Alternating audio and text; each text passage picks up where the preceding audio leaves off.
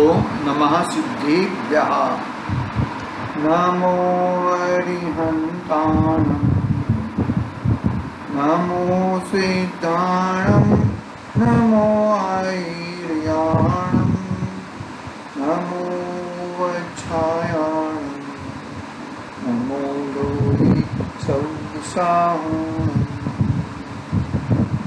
मंगलं भगवान् वीरो मंगलं गौतमो गणे मंगलं कुंडकुंडार्यो जैनधर्मोऽस्तु मंगलम्। सर्वमंगल्यमंगल्यं सर्वकल्याणकारकं प्रधानं सर्वधर्माणां जैनं जयतु शासनं जैनं जयतु शासनं।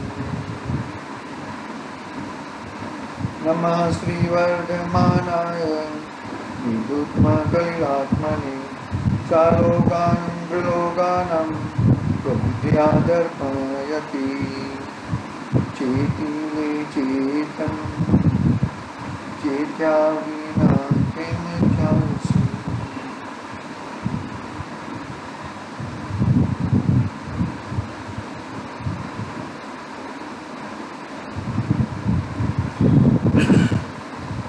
रत्नाकरण सागाचार्य संवतभद्राचार्य देवदाह रचित महान ग्रंथ अपने सामने विराजमान है।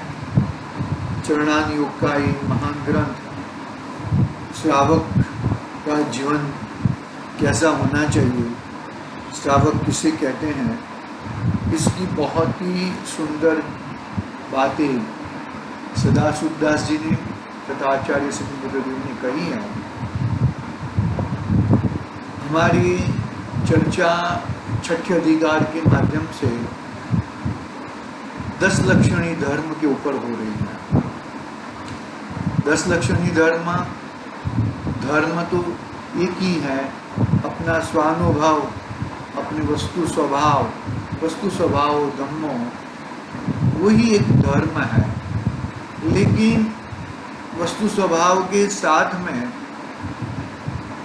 उसके लक्षण, वस्तु का स्वभाव, उसके लक्षण कैसे हैं, वो बताने के लिए धर्म के लक्षण कैसे हैं, वो धर्म के 10 लक्षणों के माध्यम से अपनी ये चर्चा हमने 2-3 दिन से प्रारंभ की है।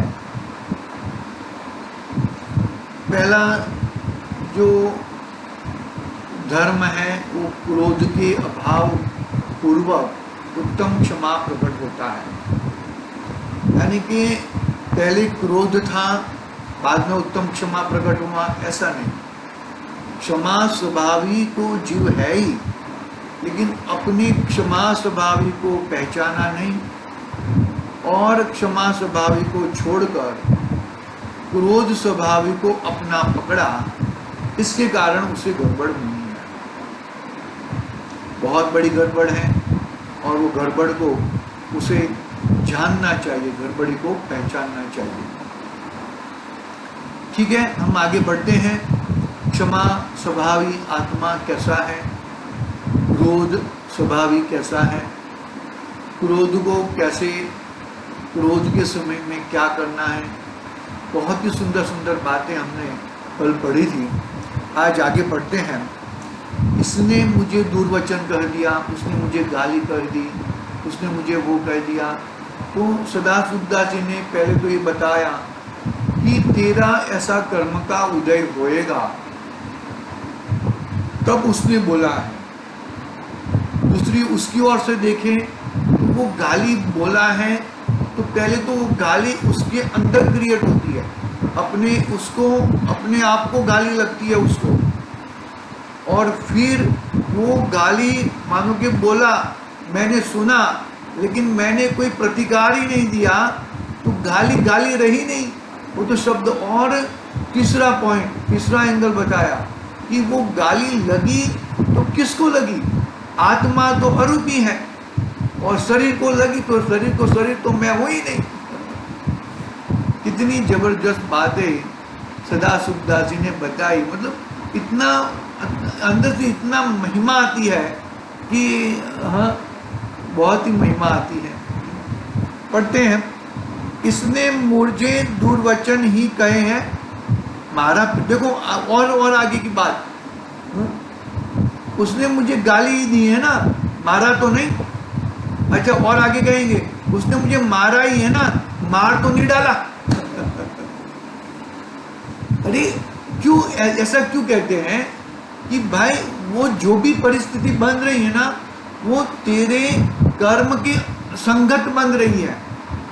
तूने ऐसे कर्म बांधे हैं, इसके लिए वो कर्म वो बन रही है, बाकी वो बंधे नहीं भैया। बाकी वो बंधे नहीं, ऐसी बातें हैं। देखो एक मिनट,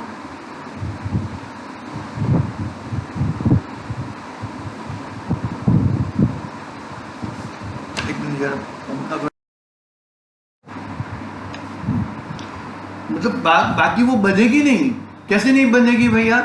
अरे वो जो तूने कर्म पहले बांधे हैं, वो तो ही कर्म उदय में आते हैं। बाकी ऐसे ऐसे सब कर्म क्यों उदय में नहीं आते? और उसको ऐसे मानो कि एक बस में बैठे हैं, तो मानो कि बस का एक्सीडेंट हो गया, तो उसमें कोई आदमी को तो कुछ भी नहीं लगा, कोई आदमी को थोड़ा बहुत खरोच आई, कोई आदमी को बहुत ही लग गया, और कोई आदमी को देवगति को मतलब मर गए। तो बस तो एक ही था, ड्राइवर भी वही था, सब जगह पे वो ऐसे वैसे ही बैठे थे। तो ये जो भी परिस्थिति बनती है वो तुम्हारे कर्माधीन अवस्था है। आई बस समझ में? कर्माधीन अवस्था है भैया, पकड़ना बात को अच्छी तरह से। कर्म चले गए ना, पूरे कर्म चल गए तो तुम सिद्ध समाम सिद्ध हो जाओगे ना। कर्म है इसके लिए तुम इधर हो, कर्म तुम्हारे पूरे चल गए तो कोई प्रॉब्लम नहीं है, कोई घबराने का बात नहीं है। देखो आगे पढ़ते हैं, देखो क्या कहते हैं। इसने मुझे दुर्वचन ही तो कहे हैं, मारा पीटा तो नहीं है। क्रोधी तो मारने भी, हाँ देखो, क्रोधी तो मारने भी लग जाता है, अपने पुत्र पुत्री स्त्री बालक को भी मारता है, किंतु उसने मुझे मारा तो नहीं है, यही लाभ है। यदि दुष्ट आपको मारे तो ऐसा विचार करना चाहिए, इसने मुझे पिटा ही तो है, प्राण रहित तो नहीं किया।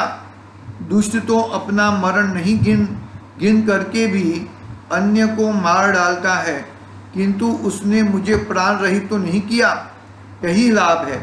यदि प्राण रहित कर देता तो प्राण रहित कर देता है तो ऐसा विचार करना चाहिए, एक बार तो मरना ही था, अच्छा ही हुआ, कर्म का ऋण चुका।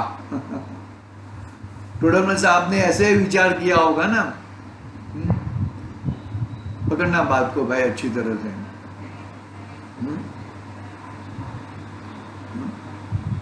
यदि प्राण रहित कर देता तो ऐसा विचार करना चाहिए, एक बार तो मरना ही था, अच्छा ही हुआ, कर्म का ऋण चुका। हम यहाँ पर ही कर्म के ऋण से रहित हो गए हैं, हमारा धर्म तो नष्ट नहीं हुआ।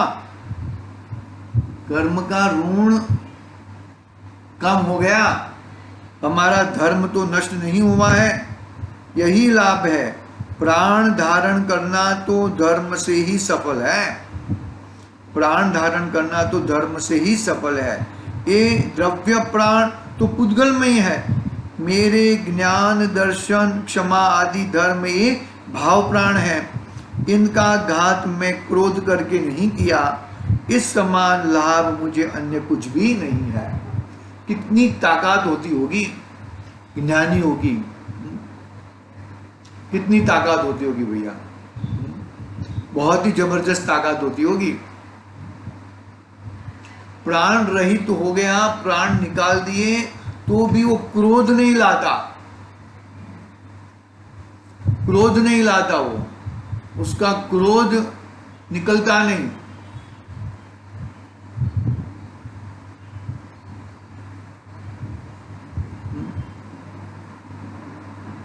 आया समझ में भैया? क्रोध नहीं आता। क्यों क्रोध नहीं आता? कि अरे जो किसको जो मार रहा है, आज जो मर रहा है, वो तो मैं नहीं हूं, मैं तो ज्ञाता दृष्टा हूं। कितनी जबरदस्त बात है, कितनी ताकत होती होगी, ये सोचने की बात है भैया। कितनी ताकत होती होगी उसमें, कितना बड़प्पन होता होगा। मुनिराजों को देखो, कितने बड़े बड़े उपसर्ग आते हैं, फिर भी यूं नहीं करते। ऐसे उपसर्ग, मतलब ये जो रुवाटी का बाल भी खड़ा नहीं होता, इतने शांत स्वभाव, इतने सहज रहते हैं। सहज का धंधा है, सहज में रहना वही हमारा धंधा है।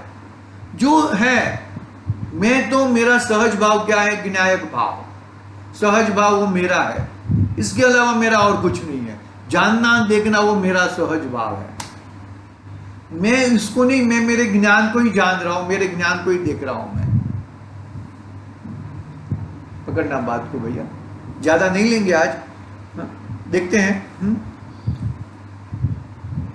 भाव प्राण, क्षमादि, ज्ञान दर्शन आदि मेरे भाव प्राण है।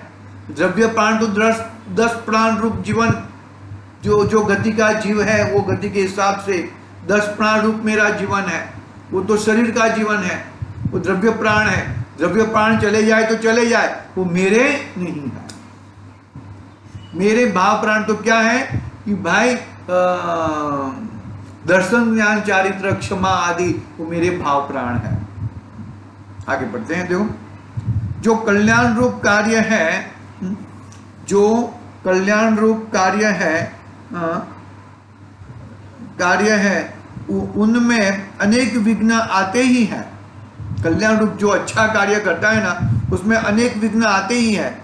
मुझे भी विघ्न आया, वह ठीक ही है। मैं तो अब साम्य भाव ही शरण लेता हूं। यदि उपद्रव आने पर मैं क्षमा छोड़कर क्रोध से विकार रूप हो जाऊंगा, तो मुझे देखकर अन्य मंद ज्ञानी तथा कायर त्यागी तपस्वी धर्म से शिथिल हो जाएंगे। तब मेरा जन्म केवल दूसरों के दुखी करने के लिए ही हुआ कहलाएगा। यदि मैं वितराग धर्म धारण करके भी क्रोधी, विकारी, दुर्वचनी हो जाऊं, तो मुझे देखकर अन्य भी क्रोधी होने लग जाएंगे। तब धर्म की मर्यादा भंग करके पाप की परिपाटी चलाने वाला मैं ही प्रधान हो गया। अतः प्राण जाने पर भी, धन व अभिमान नष्ट होने पर भी मुझे क्षमा गुण छोड़ना उचित नहीं है। क्षमा गुण मुझे छोड़ना उचित नहीं है भैया। बहुत ही गंभीर बातें हैं, बहुत ही जबरदस्त बातें हैं। उस बातों को हमें पकड़ना चाहिए। पूर्व भव में मैंने अशुभ कर्म बांधे हैं, उनका फल मैं नहीं भोगूंगा। तो कौन भोगेगा? मैंने पूर्व में जो कर्म बांधे थे वही कर्म उदय में आए हैं। तो वो मैं नहीं भोगूंगा तो कौन भोगेगा? ये अन्य जन तो निमित्त मात्र है, सामने वाला तो निमित्त मात्र है, लेकिन ये तो मैंने ही किए थे और मेरे ही उदय में आए हैं। यदि उनके निमित्त से पाप कर्म उदय में नहीं आता तो किसी अन्य के निमित्त से आता। भाई गड़बड़ तो है ही ना। ये शरीर का जाना निश्चित है, मतलब ये शरीर, तो ये शरीर मानो कि अभी ये उदय से नहीं गया तो और कोई उदय से जाएगा, लेकिन जाएगा पक्का। ये पर्याय जाने, मनुष्य गति की पर्याय जाएगी वो पक्की है। कोई नहीं कोई उदय से तो जरूर जाएगी और जाएगी। यदि उनके निमित्त से पाप कर्म उदय में नहीं आता तो किसी अन्य के निमित्त से उदय में आया हुआ कर्म तो फल बिना टलता ही नहीं। ये लौकिक अज्ञानी मेरे ऊपर क्रोधी होकर दुर्वचन आदि के द्वारा उपद्रव करते हैं। यदि मैं भी दुर्वचन आदि के द्वारा उनको उत्तर दूं तो मैं तत्वज्ञानी और ये अज्ञानी दोनों समान ही हुए। वो मुझे गाली दे और मैं सामने गाली दूं, वो मुझे थप्पड़ मारे मैं उसको थप्पड़ मारूं, तो उसमें और मेरे में फर्क क्या रहेगा? कोई फर्क नहीं रहेगा। मेरा तत्वज्ञानीपना निरर्थक हुआ, मतलब मैं तत्वज्ञानी हुआ ही नहीं हूँ। न्याय मार्ग से देखो तो उदय में आया मेरा पाप कर्म, उसकी निर्जरा होने पर कौन विवेकी अपने आत्मा को क्रोधादि के वशीभूत करेगा? कौन विवेकी अपने आत्मा को क्रोधादि के वशीभूत करेगा? हे आत्मन, पूर्व भवों में बांधे हुए असाता कर्मों का अब उदय आया है, उसे इलाज रहित न रुकने वाला जानकर संभावो सहो। यदि दुखी होकर भोगोगे तो असाता को तो भोगोगे ही, किंतु नए और बहुत असाता कर्मों का बंध भी करोगे। अतः होने वाले दुख को निशंक होकर संभावों से ही सहो। ये दुष्ट जन तो बहुत है, वे अपनी सामर्थ्य के द्वारा मुझे क्रोध रूप अग्नि को प्रज्वलित कराकर मेरे संभाव रूप संपत्ति को जला देना चाहते हैं। वो जला देना चाहते हैं, यदि मैं उसमें जुड़ जाऊं तो जल जाएगा, लेकिन मैं नहीं जुड़ा तो चाहे कितना भी करे, कुछ भी करे, लेकिन मुझे जला, मेरे आत्म स्वभाव को जला सकते नहीं है, मुझे कर्म बंधा सकते नहीं है भैया। हाँ, वे अपनी सामर्थ्य के द्वारा मुझ में क्रोध रूप अग्नि को प्रज्वलित कराकर मेरी संभाव रूप संपत्ति को जला देना चाहते हैं। अब यहाँ यदि मैं असावधान होकर क्षमा को छोड़कर क्रोधी हो जाऊंगा तो अवश्य ही अपना साम्य भाव नष्ट करके अपना धर्म व यश का नाश करने वाला हो जाऊंगा। इसलिए दुष्टों का संसर्ग होने पर सावधान रहना ही उचित है। सावधान रहना भी उचित है भैया। मतलब कितनी जवाबदारी है अपने पे। स्वयं को स्वयं से ही बचाया जा सकता है, कोई दूसरा बचा सकता नहीं है। ज्ञानी मनुष्य तो असह्य दुख उत्पन्न होने पर भी अपने पूर्व कर्म का नाश होना जानकर हर्षित ही होते हैं। यदि दुर्वचन रूपी कांटों से पीड़ित किया गया मैं क्षमा छोड़ दूंगा तो क्रोधी और मैं दोनों समान ही हुए। बैरी यदि अनेक प्रकार के दुर्वचन पीड़न मारण द्वारा मेरा इलाज नहीं करता तो मैं अपने पुराने संचित अशुभ कर्मों से कैसे छूटता। अतः बैरी ने तो मुझ पर उपकार ही नहीं किया जो मुझे अशुभ कर्मों से छुड़ा दिया। हा? क्या कहा? अतः बैरी ने तो मुझ पर उपकार ही किया, मेरे अशुभ कर्म छुड़ा दिए। मुझे छोड़ने नहीं पड़े, वो ऑटोमेटिक अशुभ कर्म छूट गए।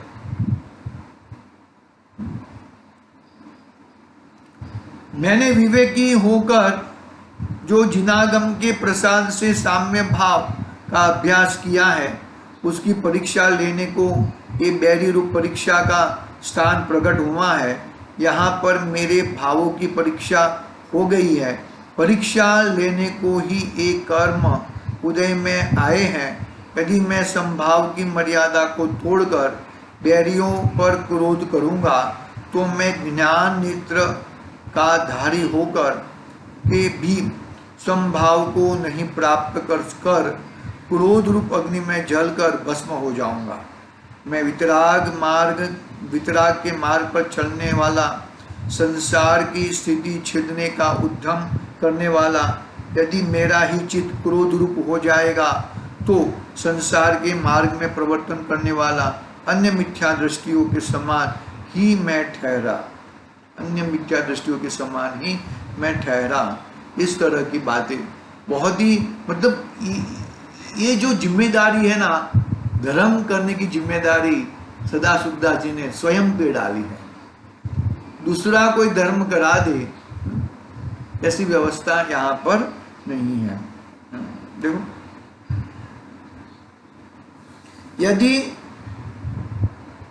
यदि दुष्ट अज्ञानियों को न्याय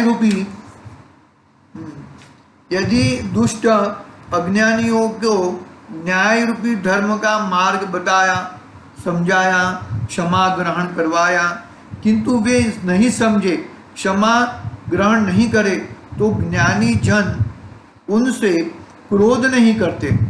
जैसे विष दूर करने वाला वैद्य किसी का विष दूर करने के लिए अनेक औषधि आदि देकर विष दूर करना चाहता है, किंतु यदि रोगी का जहर दूर नहीं हो तो वैद्य स्वयं जहर नहीं खा लेता।